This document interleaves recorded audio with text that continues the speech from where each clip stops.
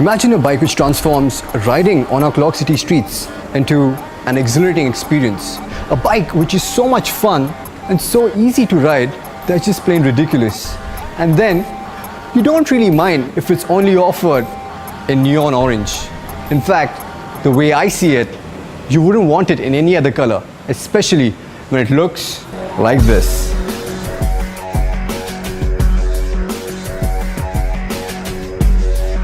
This is KTM's brand new street fighter, the Duke 200. And boy, does she have a mean streak. I was pulled over by the cops 3 times in the past 2 days when I was reviewing this bike, and not once were they interested in seeing the papers. That's the kind of impression the Duke makes on you. You look at it once and you have to look at it again, and by then you're already awestruck. The bike reeks of pure quality. It's a truly international product as far as the fit and finish or attention to detail is concerned.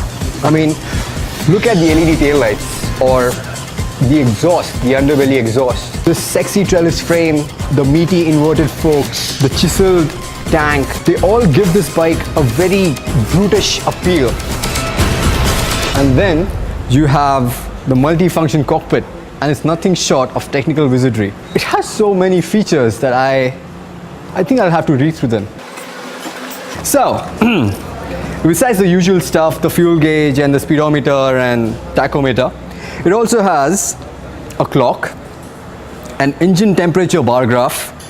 It tells you your average speed, your average fuel efficiency, your riding time in minutes, side stand warning, low oil pressure, low battery, high coolant temperature warning signal, and a whole lot more.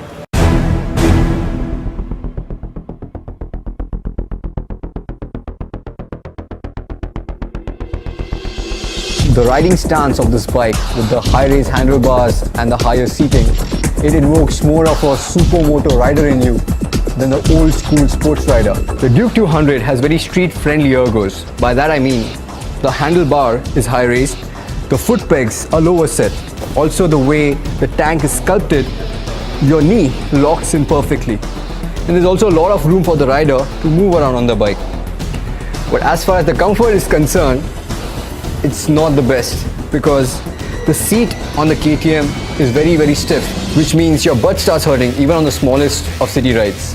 And as for the pillion, well, unless you have a supermodel for a pillion, this will prove to be really small. The 200cc liquid-cooled engine of the Duke makes 25 PS of power and 19 Nm of torque. Now the weight of the bike is just 136 kgs, which means the Duke has the best in-class power-to-weight ratio of 184 PS per ton. Add to that the advanced injection electronics and the closed ratio of the 6-speed transmission. And finally, you start to make sense of the wicked propelling power of the Duke. It packs the punch of a true blue street fighter, and you have more than enough torque irrespective of what gear you are riding in. The 38mm throttle body provides excellent throttle response and smooth power delivery.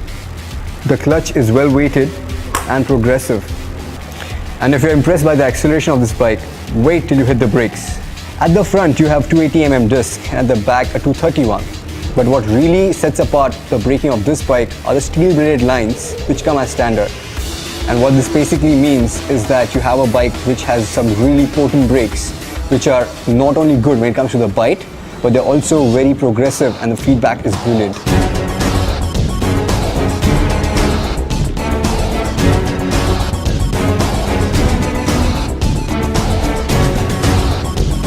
Riding this bike makes you feel like a master surfer. The handling is so precise and so razor sharp, the bike just turns even before you think about it.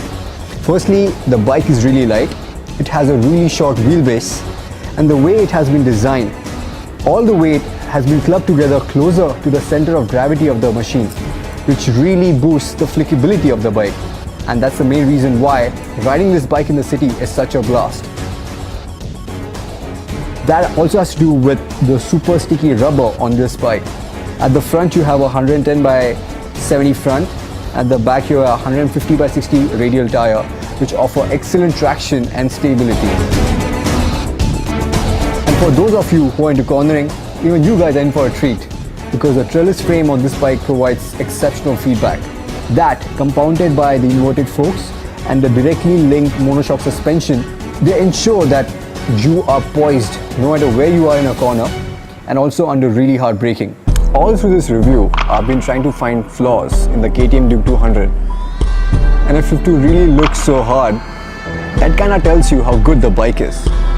I mean, if you put a revolver on my head and ask me to find faults, then I'll say the tank is only 10.5 liters. The seating is really stiff, and of course the rear seat, or rather the lack of it. Also, I guess, yeah, the engine heats up a fair bit. But in all honesty, who are we kidding here? It's a fantastic bike. It's a fantastic machine. It's quick, it's agile, it's very easy to ride. It's a brilliant package. It's just pure, unadulterated fun. And if you're still not convinced, it's priced at just 1.17 lakhs. That's it. I rest my case there.